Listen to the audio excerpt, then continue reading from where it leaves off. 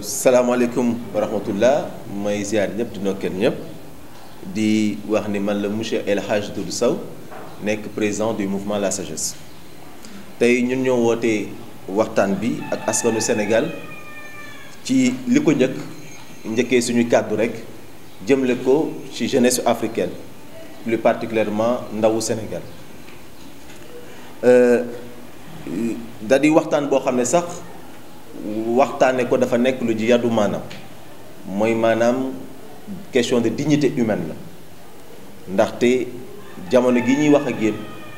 jeunes yi ñu ngi jànkonteel ay jafe-jafe yu difficile di dund lu metti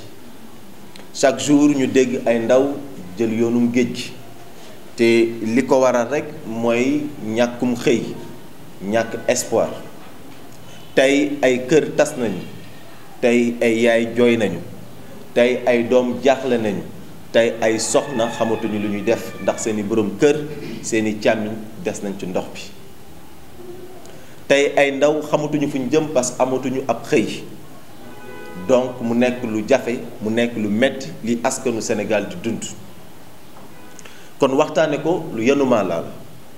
su ñu demee banaan jamono gi nañu def deuil national ñu koy waxtaane mooy wane ni askanu Sénégal li muy dund jamono gi metti na su ñu demee ba ci une semaine juróom-ñaari fan Sénégal perte lu toll 480 personnes du samay kàddu organisation mondiale de l'immigration ci rapport bu mujjee génnee lu weesul dara matagul une semaine sax xam leen ni que Sénégal rek perte na lu toll ak 500 personnes ci une semaine ci 10 ans Afrique perte na ci ay ndawam ci ñu ci gën a xarañ ci ñu ci ëpp doole 2500 personnes. kon mu nekk lu tiis mu nekk lu metti ñuy wax ni kon ci loolu di jaale ñëpp di jaale askanu Sénégal di ñaanal ñëpp ñi nga xam ne loor nañ ci yàlla xar leen àjjana firdawsi te di massawu coono bu baax a baax kër kilifa yëpp di leen ñaanal yàlla may leen xol muñ di wax ni ci loolu entre 2005 ak 2019 Union européenne jàppale na Sénégal lu toll 200 milliards pour ndaw yi effectivement mën a toog ci réew mi waaye ku ko dégg ak li am di nga xam ni en tout cas problème am na da ngay sax poser question alal googu fan lañ ko dugal ndax tey la ndaw yi gën a mën a songu géej gi parce que damay faral di wax naan espoir mooy liy dundal doomu aadama espoir mooy liy dundal ab société espoir su demee ba en tout cas ndaw yi amatuñ ko suñu demee ba espoir en tout cas réew mi dundatuñ ko donc désespoir day installé wu fu désespoir installé wu en tout cas ragal dootu fa amati moo tax tey ndaw yi suñu demee ba naan Barça ou Barça c'est parce que dem ak toog la ñamale de daanaka safatu leen dara kon mi wane ne rek kon en tout cas fi mu toll nii ku ci ne ci ñun rawatina en tout cas nguurum Sénégal gi nga xam ne le président Macky Sall mu ko jiite tey en tout cas yoon la asko mu gestuwaat askanam gestuwaat ndaw yi xam ni kat wax dëgg fa yàlla ndawu Sénégal ñu ngi dund lu metti lu tiis tey soo jëlee rek secteur bi mel ni la pêche daanaka 6000 acteurs ñoo ci liggéey 25000 moo ñoo nekk ci mool ñooy ànd ak gaal ñi ña ci liggéey yépp nag daanaka 6000 acteurs lañu kon 6000 acteurs yooyu tey effectivement tey ñu jànkonteel jafe-jafe yu metti li ko waral ndaxte tey géej bi état du Sénégal jaay na ay licence de pêche depuis des années jaay ko ay bateaux étrangers yoo nga xam ne ñoo ñu ëpp doole logistique ëpp ñu doole technique daanaka suñuy sànnee en tout cas seeni mbaal waxuma la jën bu mag ak jën bu ndaw lépp li ñuy buub yóbbu ba tax na ndaw yi suñu xëyee dem géej dafa ñaar ñetti fan nañu demee noonu la ñuy delloo si te ku yor njaboot yor yaay yor papa yor soxna yor ay doom yu war a dundal na nga demee noonu ngay dellu si ku nekk suñu xam ne ni metti na te nga yor garab yor ñoo war a dundal tiis na kon li nga xam ne donc moom la nguuru Sénégal war a def mooy fexe en tout cas donc ba licence de pêche yooyu nga xam ne jébbal na ko ay bateaux étrangers ñuy napp si suñu géej jël yóbbu jaay bitim réew loolu la ñu war a dakkal ngir ndaw yi kat mën a amaat espoir mën a toog ndaxte képp ku si ñun yow mi dama déglu tiitloo ci li xew c'est parce que peut-être da nga amul xolu yërmandi tiitloo ci li xew c'est parce que jàppoon ni kat sab doom suba mën na duyal gaal gi li fi ne dafa nekk lu doy waar dafa nekk lu tiis dafa nekk lu metti ndaxte ab ndaw jàng ba am baccalauréat def 13 ans d'études jàng dem université def fa 5 ans 7 ans génn toog kaasum café bu fukki dërëm sax mënul koo jënd gis waajuram di feebar gis soxnaam di feebar gis doomam paracétamol bu 100 francs wala bu 300 francs mënu koo jëndal doomam loolu metti na diis na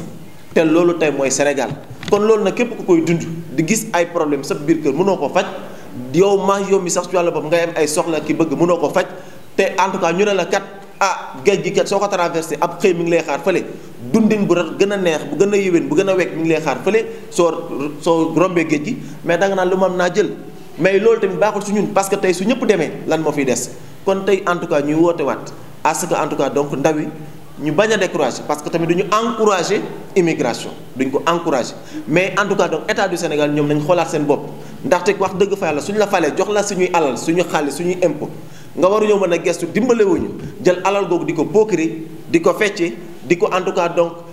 di ko ngoonele yow ak say njaboot yow ak ñi nga àndal askan bi di xool di dund jafe-jafe te mënuñu si dara dafa metti kon nañu bàyyi yàq bi te gestuwaat askan bi xool nañ leen di jàppale moo tax it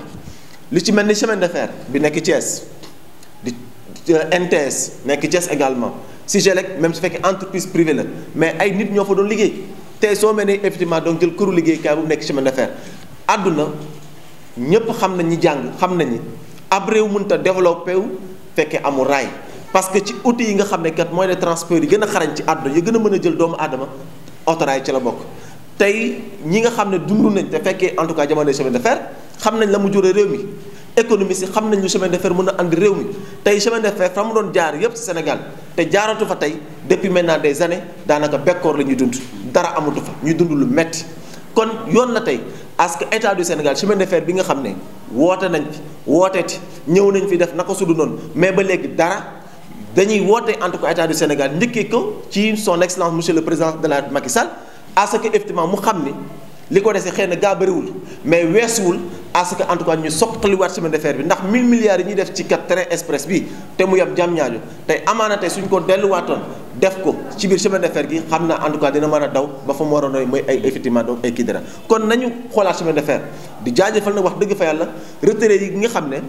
dem nañ liggéey ba pare amoon ay problème jotuñu woon seen xaalis am na ñu si jot seen alal mais des na ba léegi kon nañ gestu en tout cas retraité yi gestuwaat en tout cas chemin de fer réhabilité ko ndaxte en tout cas jàpp naa ni chemin de fer su doxee réew mi dina dundaat NTS ñaata ci ay doomu ndaw Sénégal ñoo ci mën a liggéey ay tailleur ak yu demee noonu kon yoon la inauguré woon nañ ko lors du conseil interministériel décentralisé neewoon nañ dañ ko inauguré neewoon nañ activité dina reprendre waaye boobu ak léegi dara ba léegi en tout cas fa mu nekkoon la nekk te effectivement NTS ñaata doomu aadama ñaata doomu réew mi tey ñoo ci mën a am ab xëy te wax dëgg fa yàlla donc foofu lañu toll nañu dundalaat industrie li ci mel ni Sigelec même su fekkee entreprise privée la waaye ay doomi Sénégal ñoo fay xëy ay doomi Sénégal ñoo fay liggéey kon boîte la boo xam ne kat dañ ko war a dooleel dañ leen war a accompagner pour que effectivement képp ko fay liggéey nga mën cee gis sa bopp mais également patron ba sax ñu accompagner ko ngir mu mën a recruter en masse di ci teg ni rek di wax ni ci loolu réew mi en tout cas nekk na mi ngi dund jamono gi lu metti mi ngi dund lu metti ba tax na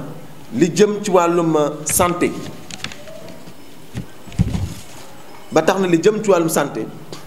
dañuy wax ne rek ci fànn boobu état du Sénégal dañuy jëm ci ay année scolaire daanaka tijji nañ le corps enseignant tijji na le 5 le 12 bi lay xale yi di delluwaat ci classe yi daanaka lu toll 4 millions ci suñuy ndaw war nañoo delluwaat ci classe yi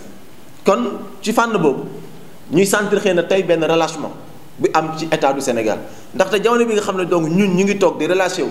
tey bëri na ci ay dëkk yi nekk en tout cas tugal ñoom ñu ngi toll ci reconfinement lu ci mel ni ay France ak yu demee noonu ñu ngi naan dañuy delluwaat sax tëjuwaat pour xeex ak deuxième vague de la pandémie ñun ñu ngi naan kat lan la ñu war a def te ba mu méttee dañu ne dañoo tëj classe yëpp classe intermédiaire yi tijji 3e ak terminale mais tey xale yëpp de la 6e à la terminale sans oublier les écoles de formation instituts yi ñëpp ñooy dellu effectivement ci classe yi kon lan la ñu war a def pour effectivement xeex ak jàngoro boobu ba démb ni may waxee ak yéen ba démb daanaka du benn chef d'établissement muy primaire beeg collège beeg lycée bu la mën a wax ni état du Sénégal kat mesures yi kat la ñu édicté pour ñun ñi nekk ci établissement yi pour ñu effectivement teg dispositif bi ba démb du kenn ko la ko mën a wax à quelques jours donc de l'ouverture des classes te suñuy doom ñooy dem jàngi ci école ya te il faut ñu jàngi mais état wax dëgg fa yàlla dañ koy woo mu gestu xam ni fi mu toll ni pour éviter en tout cas donc que nouvelle transmission am ci feebar bi vraiment donc war nañoo corser les mesures war nañ koo renforcer fexe ba xale yi mën a dellu ci classe yi en tout cas ci conditions yoo xam ne vraiment dara du leen ca fekk. di ci attirer attention bu baax a baax te wax dëgg fa yàlla jamono wax naa ko sànq sama kàddu fajum Sénégal cher na boo xam ne métti goo xam ne li ci war a jiitu mooy yërmande lu fa yàggul dara ñu ngi gis ci réseaux sociaux yi soxna si nga xam ne dialyse la waroon def maanaam 7000 francs le poste de dialyse war di jaar mais amu ko mu dem toog këram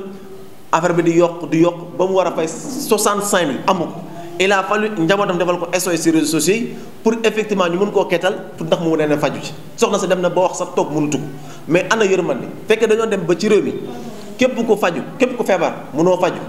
képp ku feebar mënoo sax en tout cas donc soo amul dañ lay bàyyi nga dee soo amul dañ lay seetaat donc ana yërmande ma jàpp ni fi jamono toll ak ñun la ñuy dund ak fañ toll li war a jiitu ci suñu action publique yépp mooy yërmande te loolu en tout cas dama ci woo le président de la République certes def na 9 ans 3 ans ko dese ci mandat mais weesul ba léegi def lu baax d'autant plus que am na nouveau gouvernement bu ñu mettre en place ñu gëstuwaat askan bi loolu en tout cas dañ ci woo le président de la République di rafetlu bu baax ci nouveau gouvernement boobu ministère bi nga xam ne créé nañ ko mooy le ministère chargé de l'artisanat et du secteur informel nekk lu ñu rafetlu loolu yàgg nañ di ko yuuxu yàgg nañ di woo état du Sénégal ngir mu gëstu le secteur informel à plus forte raison jamono bi nga xam ne jamono pandémique la les villages artisanaux les acteurs culturels di dund lu metti dund lu jafe kon su ñemee tey ba en tout cas dégg suñu woote créer ministère boobu d'abord dañ koy saluer mais nag wax dëgg ca la créer ministère te accompagner woo créer ministère te amul vision bu articulée vision bu cohérent créer ministère te joxloo ko ay moyens en tout cas dañuy jàpp ni kat c'est un tonneau vide ab coquille vide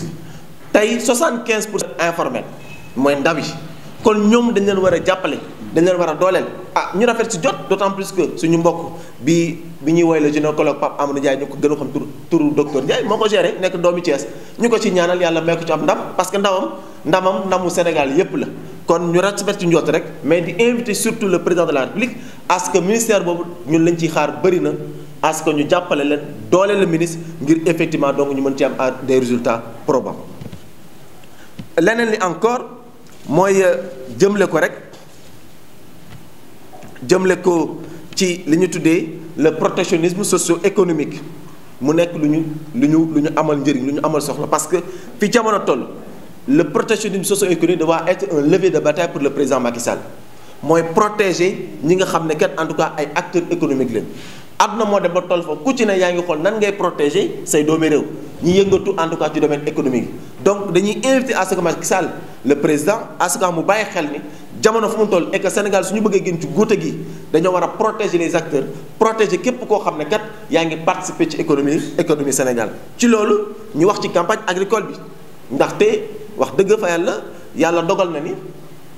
génn nañ ci nawet di masaw ñépp ñi nga xam ne en tout cas loru nañ ci yàqule nañ ci di leen masa bu baax a baax di ñaan yàlla subhaanahu wa taala comme que yàlla dimbale nañu ba ñu weesu ko yàlla nañu dund noorum jàmm noorum mbégte noorum xéwal ci loolu nag état du Sénégal am na ci cër bu yaatu lu tax parce que jamono bi nga xam ne ñu ngi wax naan baykat bi kat daa war a jaay gerteem à 210 francs ñuy dégg naan chinois yi sax ñu ngi proposé baykat yi à 310 def sax lu gën te lu gën a neexati sax mooy da ngay andi sax gerte léegi ñu pesé ko nga ne temps ñu jël xaalis fay la boobu état du Sénégal moom mi ngi xool en tout cas nan la lay fayee donc di dàqanteeg agriculteurs yi te wax dëgg fa yàlla li ñuy woo état du Sénégal mooy à ce que mu gestu baykat yi te dimbale leen on dit pas à ce que peut-être mu fay li chinois yi di fay mais mu xool loo xam ne kat wax dëgg fa yàlla mooy gën a yenu maanaam te moo gën a en tout cas dal xel xool nan lay accompagner agriculteurs yi mais également n'est-ce pas xool en tout cas mode de paiement bi nan la koy en tout cas rendre facile nga xam ne ku bay ñëw di jaay sa gerte doo fa nekk di xaar ngir di déwén pour ñu jox la sa xaalis kon loolu en tout cas ñu ci woo état du Sénégal bu baax a baax te di rafetlu bu baax liggéey bi nga xam ne également waroon nañ koo sax wax lu yàgg mooy acteur de l'éducation yi def nañ ko daaw mooy le ministre de l'éducation mooy également les syndicats des professeurs liggéey ba rafet bi nga xam ne def nañ ko daaw ba mu jural ñu résultats yi nga xam ne am nañ ko daaw ci année scolaire bi fii ñuy jeexalee waxtaan bi rek mooy ci nomination wu le président Idrissa Seck bi nga xam ne dégg nañ ko le président Idrissa Seck dégg nañ ne nommé nañ ko au président du conseil économique social et environnemental ci nomination boobu liñ ci mën a wax dégg nañ ci ay kàddu li ci mel ni di tuddee waa Thiès ay nitu Thiès ñun liñ ci mën a wax rek mooy attirer attention bépp ndawu Sénégal bépp homme et femme ngay woote ni sénégalais que ñu bàyyi xel benn mbir mooy lu ñu tuddee le bon vouloir de vivre en communauté. Sénégal benn bopp la kenn mënu koo xar ñaar te ñu bàyyi di régionaliser ay position wala ay choix wu homme politique ndaxte xëy na tey monsieur le président Idrissa Seck la moom moo ko wax wala moo def waaye suba keneen lay doon kon nañuy éviter di régionaliser les positions et choix des acteurs politiques. li am solo te que ñun ñëpp en tout cas ñu war koo sàmm mooy Sénégal benn bopp la te kenn mënu koo xar ñaar léegi nag wax dëgg fa yàlla ñu Sénégal nit ñuy baaxee mbir te mu nekk suñu aada ak suñu cosaan ñëpp rafetlu ko ñu jàngal ñu ci aada ak cosaan que njiit soo ko nekkee war ngaa fexe góorgóorlu sa kàddu di méngoog say jëf war ngaa góorgóorlu ba acteur politique bi nga nekk nga xam ni kat daa am mbooloo daa am askan bu lay xool daa am askan bu topp sa ginnaaw ba lépp looy def mu nekk loo xam ne kat lu rafet la mu nekk loo xam ne kat ku si sëkkandiku wax dëgg fa yàlla moom ci wàllu boppam mun na see jàng mun na cee defarlu loolu en tout cas la ñuy woote ak acteur politique baa ci xel ndaxte loolu moo war te noonu la ñu war a doxee ndaxte ku ñëpp di xool war ngaa xool fa ngay teg sa tànk waaye ci loolu ñu rafet njort rek lañ ci mën ci nomination bi lu tax ñu ci rafet njort parce que ñëpp xam nañu entre 2004 ak tey Thiès souffrir na parce que boobu ak léegi ñu ngi naan Thiès kat ab région buy opposé wu la au régime ba tax na chantier yi nga xam ne xëy na tàmbali woon nañ ko 2004 lu ci bëri dañ koo bloqué ndawi Thiès aussi en tout cas di souffrir ci lu bëri ñàkkum xëy gi demee noonu xëy na tey dañuy rafet njort que nomination bi dina permettre à la région de Thiès permettre industrie yi nga xam ne ñoo nekk bi Thiès chemin de fer Sigelec NTS ak ndaw yi nga xam ne tey ñoo nekk ci biir ci région de Thiès ñu jàpp ni xëy na nomination boobu que dina permettre ñu relancer waat ces industries mu dundalaat Thiès xale yi amaat ab xëy Thiès en tout cas donc nooy waat loolu en tout cas lañ ci mën a wax ci par rapport à ça di ci rafet njort di ñaan yàlla yàlla defar Sénégal def ci jàmm. Par rapport à ñun ci élection locale yu jëm wax nañ ko lors de la rentrée politique du 21 décembre 2019 ba ñu defee fële ci Jaxaaw Thiès ñu fësaloon suñu kàddu ak suñu yéene ni élection locale yi ñu jëm que dañ ci doon candidat ba léegi en tout cas ci foofu la ñu taxawee mu nekk candidature boo xam ne nag du candidature boo xam ne nag politique la mais yéenay defar fas yéene en tout cas donc fi ñu bokk mooy Thiès Nord bëgg fi am taxawaay boo xam ne kat askanu Thiès Nord dinañ gis seen bopp si suñu liggéey ci loolu incha allah rabbi booba léegi commencé nañ di taxaw di liggéey sur le terrain ba yéene gi mooy taxawal une grande coalition ndaxte Sénégal ci histoire politique am jàngaleen te xamal nañ que benn nit ab sa mbooloo soo jàppee ni kat bon ngay remporter élection da ngay nax sa bopp xëy na moo tax comme que yéene defar nag la ñu am te defar ba ca gën mooy nga woo ñëpp jàpp ci comme benn xel doyul te benn nit mënta tàcc kon dañuy tijjeeku dañuy yaatal suñuy kuréel képp koo xam ne en tout cas jàpp nañu am ngay xalaat ak doole ab yéene defar ñu boole la ci coalition boobu avec benn programme boo xam ne kat dinañ saytu jàngoro Thiès Nord gépp tëgg ko ci programme fas yéene see taxaw ak suñuy nawle en tout cas pour en tout cas apporter des solutions ci problème yi nga xam ne kat suñu commune muy Thiès Nord jàpp nañ en tout cas donc ñu ngi koy jànkonteel loolu daal ci lañ fas yéene en tout cas donc taxaw di rafetlu bu baax a baax émission bi di ñaanal Sénégal yàlla def fi jàmm yàlla def fi sutura di ñaanal ñépp di ñaanal kilifa diine yàlla yokk seen i wér di ñaanal aussi suñu professeur Iba Der Thiam yàlla ko xare ko àjjana Firdawsi fa ma jëm yàlla na ko gënal fa mu jóge di ñaanal ñépp ci gàmmu geeg màggal gi ñu jóge lépp lu ci waaye julli te ñaan ko yàlla na ko subhaanahu wa taala mottali ci barke kilifay tedd yëpp di santaat waa mouvement bi yëpp di sant sëñ Talata Fall le directeur de cabinet di sant suñu yaay ji suñu bàjjen Mousso di sant tous les responsables bi fi nekk di leen sant yéen les médias di ñaan yàlla defal ñu jàmm jërë ngeen jëf. liggéey bi nga xam ne tey moom lañ war a tàmbali muy liggéey bi njëkk si suñu liggéey te dañ koy fësal dañ koy am yéene di ko wëyal mooy fexe ba bépp ndaw réew mi d'abord gëm mooy kan non seulement xam li ko war mais fexe en tout cas am taxawaay boo xam ne kat day sóobu ci liggéey bi dina taxaw boo xam ne kat dina xam ne réew mi amul kenn ku ko ci ëppale que réew mi que da ci am cër que réew mi liggéeyam mooy en tout cas donc fexe ba moom mi nekk ndaw réew mi mu bañ a dépendre ci kenn mais xam ne su góorgóorlu taxaw gi mu war a taxaw yaakaar naa ni en tout cas donc dina mën a apporter en tout cas donc valeur dina mën a apporter en tout cas donc quelque chose à ce pays. boobu ak léegi en tout cas ñu nekk ci liggéey boobu di sillonner donc la région di sillonner le Sénégal dem waxtaan ak ndaw yi parce que ñoom ñoo constitué 75% de la jeunesse donc war nañu fexe ba ndaw yi nga xam ne tey ñooy jël gaal gi wala pertum espoir amatuñu yaakaar ci réew mi fexe donc ba jeunes yooyu xam ni le développement d'abord ñoom la le Sénégal d'abord ñoom la que ñoom ñoo war a porter le développement ndax bépp doomu aadama bu judd da ngaa judd pour apporter de la valeur dans l'économie du Sénégal loolu nag da di liggéey boo xam ne bu yaatu ñu xam ne donc liggéey boobu kat mooy war a njëkk ci liggéey bi mooy le capital humain ci loolu en tout cas donc la ñu tàmbale suñu liggéey boobu ak léegi te fas yéene en tout cas donc di ko wéyal ndaxte suñu amee une jeunesse consciente une jeunesse boo xam ne kat xam na la koy xaar te xam na nan la war a taxawee je pense que donc liggéey bi en tout cas day gën a yomb ba ca tegu nag mooy fexe ba def des formations en entrepreneuriat li ci yàggul dara conseil départemental bu Thiès def nañ fa une formation en entrepreneuriat avec des jeunes lañ ci jubloon mooy lan fexe ba xamal ndaw yi lan mooy entrepreneuriat fexe ba xamal ndaw yi que soo paree ab jàng universitaire wala professionnel d'autant plus que donc état du Sénégal wala nguur sax mënut a jox xëy ñëpp kon li nga xam ne moom nga war a def mooy xool ci sa anime ci sa mën-mën ci sa kattan lan nga war a mën a def loo xam ne kat war na la mënal jural dara jural effectivement donc état du Sénégal jural askanu Sénégal dara loolu nag dafa laaj formation dafa laaj accompagnement moo tax nag ñun mouvement La Sadio depuis lors nag ci loolu la ñuy taxaw tem pour que effectivement donc ndaw réewu Sénégal mën a gis bopp ci li ñuy def xam ñooy ki ñan xam la ñu war a def pour que en tout cas donc ñu mën a xam ni le Sénégal que sénégalais rek ñoo ko mën a tabax.